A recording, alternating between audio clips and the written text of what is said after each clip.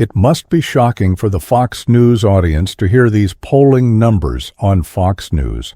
All right, we have a few reality checks to break down today. First of all, Steve Witkoff, Trump's special envoy to the Middle East, went on Fox News and admitted that he got quote-unquote duped. We also have some Fox News polling that shows some of Trump's most ambitious policies are really unpopular among American citizens. I want to play all of these clips, and let's start off here. This is Steve Witkoff on Fox News describing in how he got quote-unquote duped by Hamas. I would also argue that he got duped by Netanyahu, who is still unilaterally launching strikes against Palestine and Gaza. But also, they are getting played by multiple leaders at once. The Trump administration is so weak and incompetent and naive that not only is Hamas and Netanyahu playing them saying they're going to have a ceasefire, then they continue to fight. But Putin is also playing them like a fiddle right now, and I'll explain that after. Let's watch this clip. I know that you said Hamas has been unreasonable in trying to respond to another round of the next phase of a ceasefire. Where do we go from here? What are the odds you get them back to the table and get these hostages home? Well, I certainly hope we get everybody back to the table and get the hostages home. I was in Doha. I met with many of the Arab leaders at the Arab Summit. I thought we had a deal, an acceptable deal. I even thought we had an approval from Hamas. Maybe that's just me getting duped. But I thought we were there, and evidently we weren't. For everything we can say about the Biden administration's foreign policy, for all the criticisms we have, did Biden's special envoy to the Middle East or Blinken or anyone ever go on TV and say, we just got quote-unquote duped? He said it on Fox News too. They got duped by one of our adversaries, MOES. And at the same time, let me point this out, at the same time, Trump is getting similarly duped by Vladimir Putin, who is claiming that he is for peace, who is claiming that he is pausing the war, who tricked Trump into pausing intelligence sharing with Ukraine. And now Russia has used that opportunity to launch the invasion even further, to kill hundreds of more Ukrainian citizens and soldiers. I want to show you this clip of Representative Greg Kaser going on Fox News, in fact checking the host about Elon Musk. We need more messaging like this. Fox News is getting some reality checks. Richard, you should be paying taxes to improve your life, not to make some billionaire buy their 10th jet.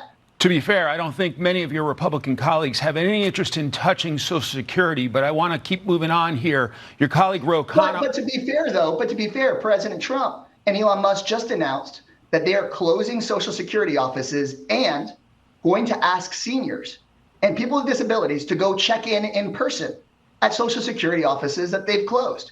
And in rural areas or really suburban areas, that may be really hard to do. And then they'll call those Social Security recipients, quote, fraudsters, and cut off their benefits. That's what they've announced. And Commerce Secretary, who's a billionaire himself, just said on television, oh, if my grandma misses a Social Security check, I think he said my mother-in-law misses a Social Security check, she won't complain. Well, but you're on the DOGE subcommittee, though, right? So amazingly well said. We need to continue reaching out in these spaces. Greg Kassar is the perfect person to do it. I've seen people make the argument that we shouldn't even give Fox News air. It's not even worth debating. Charlie Kirk and I wholeheartedly disagree. It is absolutely worth the time of elected Democrats, Democratic pundits, people like me, to go out there and to push back and fight for our ideals in the public view.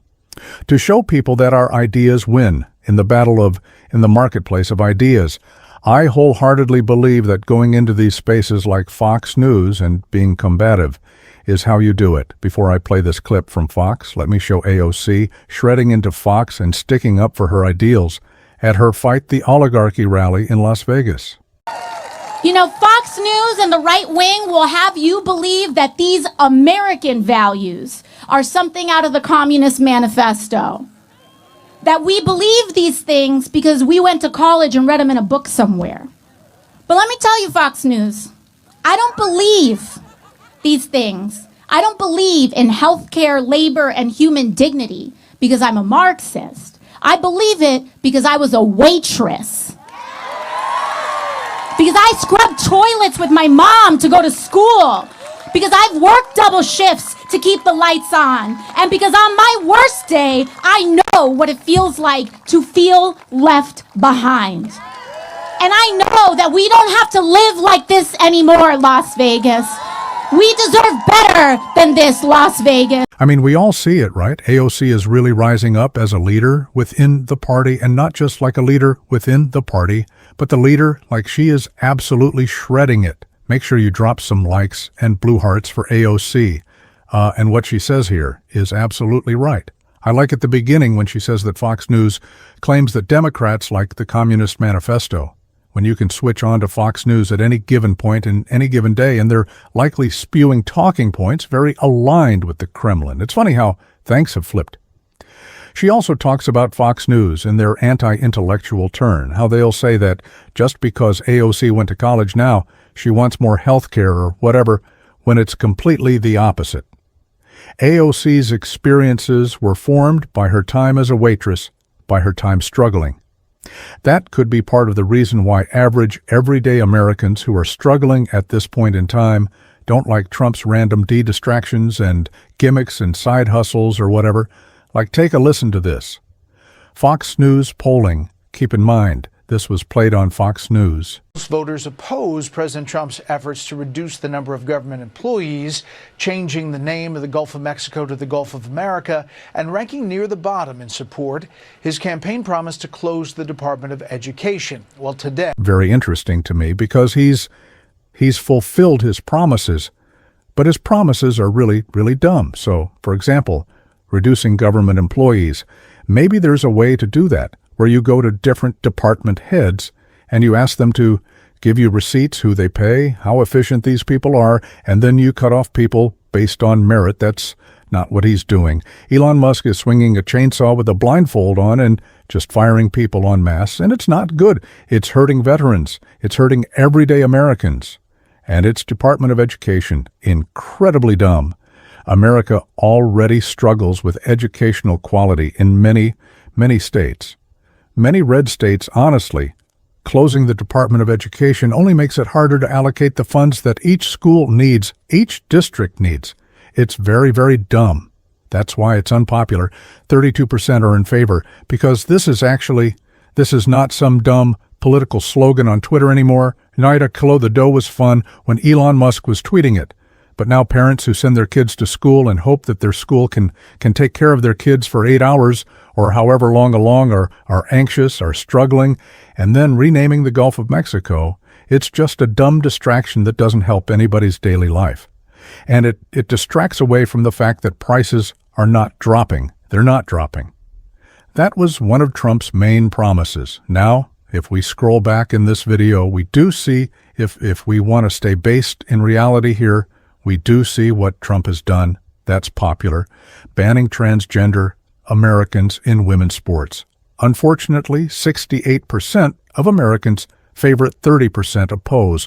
That is commonly known as the most popular thing Trump has done this entire administration, which is weird because trans Americans make up a small minority of the population, but I guess people are happy with that. Make English the U.S.? The national U.S. language seems to be popular. Among Americans, deport illegal.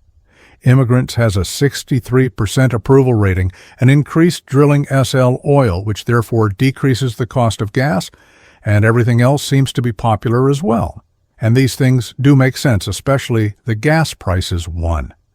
But I mean, it's just interesting to see how Trump is spending a lot of time, Trump and Elon, to be particular, they're spending a lot of time on things that American voters really don't give a about, whether it's Dosh firing and federal employees, that's unpopular, the Gulf of America, or whatever the hell, that's unpopular.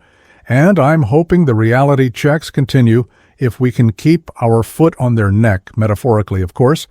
But I mean, listen, we've spent a bunch of time Rel lousily covering Elon Musk, firing people overstepping, and it seems like it's kind of working not just solely because of us, because of our coverage, but because everybody is pointing out that Elon Musk is overstepping, and now we're seeing it become incredibly unpopular.